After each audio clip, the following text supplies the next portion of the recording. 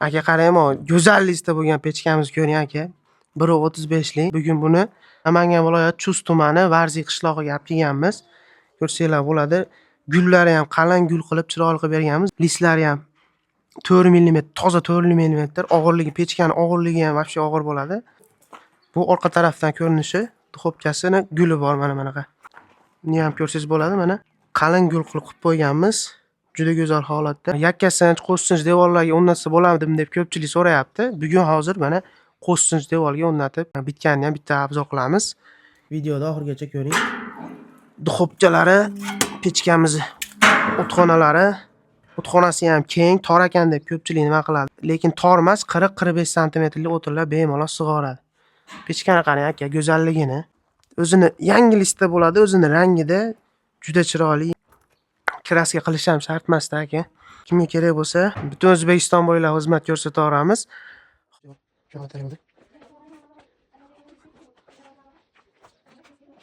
Akalar, ertaman adashgan ekanman. Bu Varziy emas, Qoraqo'rg'ondamiz ekan. Varziydan jitcha o'tgandagi qo'shsinch devorga o'rnatildi. Ko'pchilik so'raydi, sinchli uylarga bo'ladimi deydi. Qo'shsinch, yakkasinch devorlarga bemalol shunaqa holatda qilib o'rnatib bera olamiz. To'g'risi, videoga chiqish uchun yaqinroq kelib gapiryapman, o'zi yonida turib bo'lmayapti. Yonishlari mana juda go'zal holatda bo'lgan.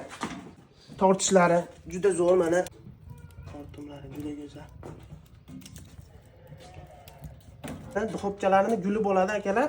Bu guli o'ziga suvarka qilib qo'yganmiz. Sababi mana bu yerda bu narsa pishirsa bo'lishligi uchun, dimlanishligi uchun suvarka qilib qo'yganmiz. Atak buni chiqarib olsa ham bo'laveradi.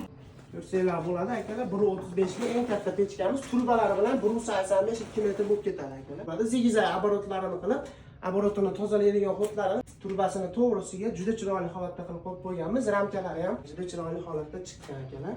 Buni akalar vodiy ichi 3,5 million so'm aborot o'rnatishlari bilan, buzib o'rnatishlari bilan qilib beramiz. Uyingiz uzoqligiga qarab, joy holatingizga qarab narxi kamayishi mumkin.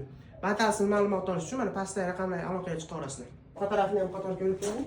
Orqa tarafdagi ko'rinishi, xopkalari, shotkalari ochiladi bemalol. Bu yerda choy poy qaynatib foydalansa bo'ladi. Issiq zo'r chiqadi bu yerdan. Pechkamiz ko'rinish juda chiroyli. Hammaga yoqsa kerak deb o'ylayman. Oddiy aka bir kunda ishingizni bitkazib beramiz. Bir kun vaqt ketadi. Ertamanda kelamiz, kechgacha bitirib chiqib ketamiz. Qanaqa holat bo'lishidan qat'iy nazar, xudo xolasa bir kunda harakat qilamiz bitirib chiqib ketishga. Sizdan aka bu yerda 350 ta 400 ta atrofida g'ish ketyapti.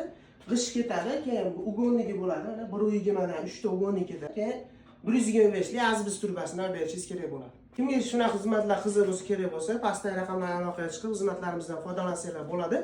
Videoga like bosib turib, hech kerak bo'lgan yaqinlaringizga tashlab qo'ysangiz videoda xursand bo'lamiz. Rahmat hammaga.